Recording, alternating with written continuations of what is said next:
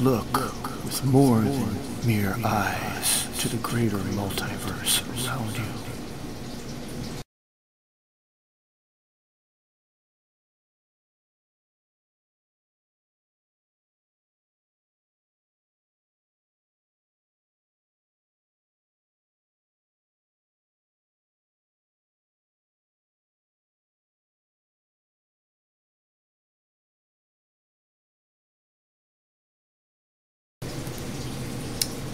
Hi kids, I'm the old wizard Storm, and tonight I am reading a most magical tome that was written by a great wizard of writing bedtime stories that have put our clans to sleep for generations before you.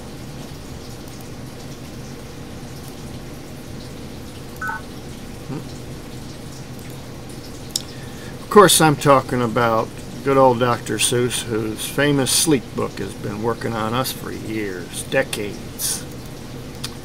This book is to be read in bed. The news just came in from the county of Keck that a very small bug by the name of Van Vleck is yawning so wide you can look down his neck. This may not seem very important, I know, but it is, so I'm bothering telling you so. A yawn is quite catching, you see, like a cough. It just takes one yawn to start other yawns off. Now the news has come in that some friends of Van Vleck's are yawning so wide you can look down their necks. At this moment right now, under 7 more noses, great yawns are in blossom. They're blooming like roses. The yawn of that one little bug is still spreading. According to latest reports, it is heading across the wide fields, through the sleepy night air, across the whole country, towards every which where. And people are gradually starting to say, I feel rather drowsy. I've had quite a day. Creatures are starting to think about rest. 2 bifferbaum birds are now building their nest. They do it each night, and quite often I wonder how they do this big job without making a blunder. But that is their problem, not yours and not mine. The point is, they're going to bed, and that's fine. Sleep thoughts are spreading throughout the whole land. The time for the night brushing of teeth is at hand. Up at Herkheimer Falls, where the great river rushes and crashes down crags in great gargling gushes, the Herkheimer sisters are using their brushes. Those falls are just grand for toothbrushing beneath, if you happen to be up that way with your teeth. The news just came in from the castle of Krupp that the lights are all out and the drawbridge is up. And the old drawbridge drawer just said with a yawn, my drawbridge is drawn, and it's going to stay drawn till the milkman delivers the milk about dawn. I'm going to bed now, so nobody better come round with a special delivery letter. The number of sleepers is steadily growing. Bed is where more and more people are going. In Culpeper Springs and the Stiltwalkers' Hall, the Stiltwalker stilts are all stacked on the wall. The Stiltwalker walkers have called it a day. They're all tuckered out and they're snoozing away. This is very big news. It's important to know, and that's why I'm bothering telling you so. Way out in the west, in the town of Merced, the Hinklehorn Honking Club just went to bed. Every horn has been quietly hung on a hook for the night in its own private Hinklehorn nook. All this long happy day they've been honking about, and the Hinklehorn honkers have honked themselves out. But they'll wake up quite fresh in the morning, and then they'll start right on in Hinklehorn honking again. Counting up sleepers, just how do we do it? It's really quite simple. There's nothing much to it. We find out how many, we learn the amount by an audio-teleo-talio count. On a mountain halfway between Reno and Rome, we have a machine in a plexiglass dome, which listens and looks into everyone's home. And whenever it sees a new sleeper go flop, it jiggles and lets a new biggle ball drop. Our chap counts these balls as they plop in a cup, and that's how we know who's down and who's up. Do you talk in your sleep? It's a wonderful sport, and I have some news of this sport to report. The world champion sleep talkers, Joe and Mo Redzoff, have just gone to sleep, and they're talking their heads off. For 55 years now, each chattering brother has babbled and gabbled all night to the other. They've talked about laws, and they've talked about gauze, and they've talked about paws, and they've talked about flaws, and they've talked quite a lot about old Santa Claus. And the reason I'm telling you this is because you should take up the sport. It's just fine for the jaws. Do you walk in your sleep? Well, I've just had a report of some interesting news of this popular sport. Near Finnegan Fen, there's a sleepwalking group, which not only walks, but it walks a la hoop. Every night they go miles. Why, they walk to such length that they have to keep eating to keep up their strength. So every so often one puts down his hoop, stops hooping, and does some quick snooping for soup. And that's why they're known as the Hoop Soup Snoop Group. Sleepwalking, too, are the curious Crandalls, who sleepwalk on hills with assorted-sized candles. The Crandalls walk nightly in slumbering peace, in spite of slight burns from the hot dripping grease. The Crandalls wear candles because they walk far, and if they wake up, want to see where they are.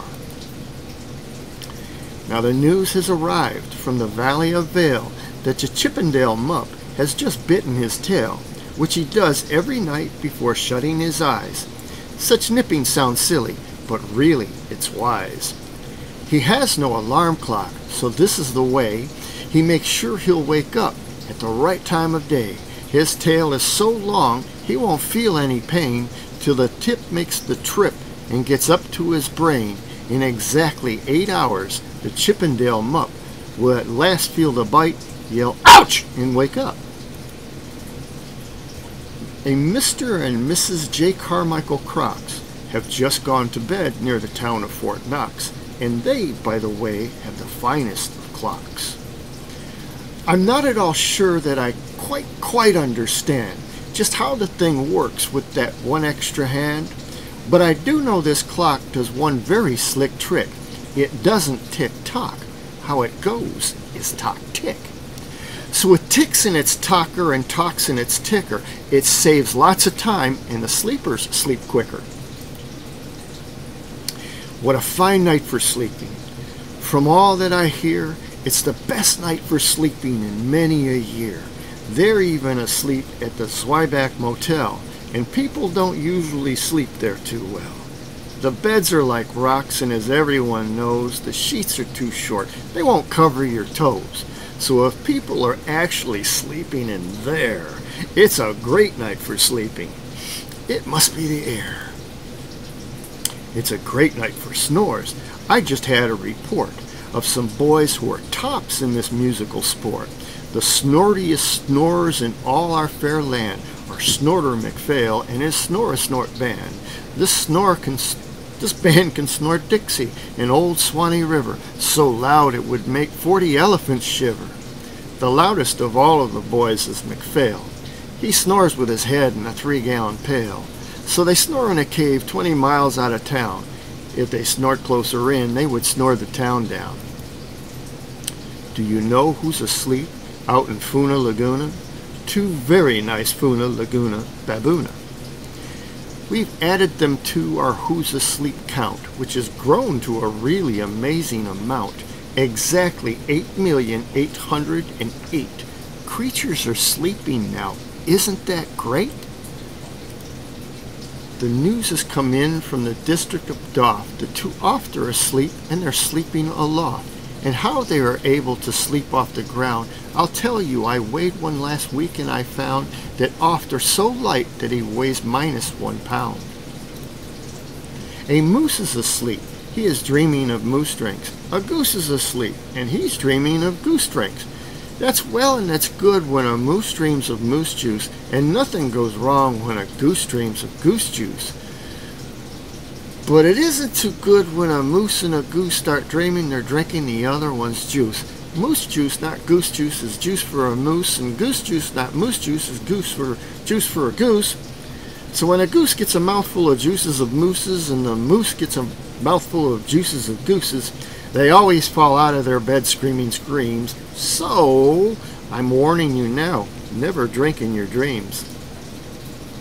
Speaking of dreaming, I think you should note that the Bumble Tub Club is now dreaming afloat. Every night they go dreaming down Bubble Tub Creek, except for one night every third or fourth week when they stop for repairs because their bumble tubs leak. But tonight they're afloat, full of dreams, full of bliss, and that's why I'm bothering telling you this. At the fork of a road in the Vale of Vavode, 5 foot-weary salesmen have laid down their load. All day they've raced round in the heat at top speeds, unsuccessfully trying to sell zippers of seeds, which nobody wants because nobody needs. Tomorrow they'll come, they'll go back to their chore, they'll start on the road zipper-zipping once more, but tonight they've forgotten their feet are so sore, and that's what the wonderful nighttime is for. Everywhere creatures have shut off their voices, they've all gone to bed in the beds of their choices. They're sleeping in bushes, they're sleeping in crannies, and some on their stomach, and some on their fannies. They're peacefully sleeping in comfortable holes, some even on soft-tufted barbershop poles. The number of sleepers is now past the millions. The numbers of sleepers is now in the billions. They're sleeping on steps and on strings and on floors, in mailboxes, ships, and in the keyholes of doors. Every worm on a fishhook is safe for the night. Every fish in the sea is too sleepy to bite. Every whale in the ocean has turned off his spout. Every light between here and Farfoodle is out. And now adding things up, we are way beyond billions. Our Who's a Sleep score is now up in the zillions. 99 zillion, 9 trillion and 2. Creatures are sleeping, so how about you? When you put out your light, the number will be 99 zillion, 9 trillion, and 3.